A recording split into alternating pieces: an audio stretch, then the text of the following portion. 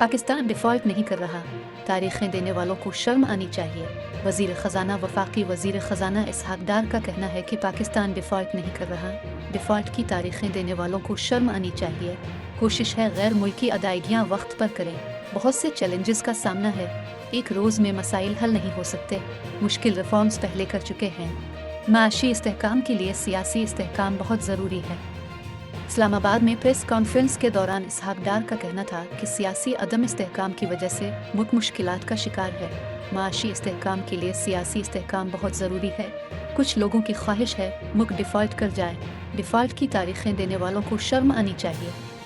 वज़ीर ख़ज़ाना ने कहा कि तरजीह होती है कि बैरूनी अदायगी में कोई ताख़ीर ना हो।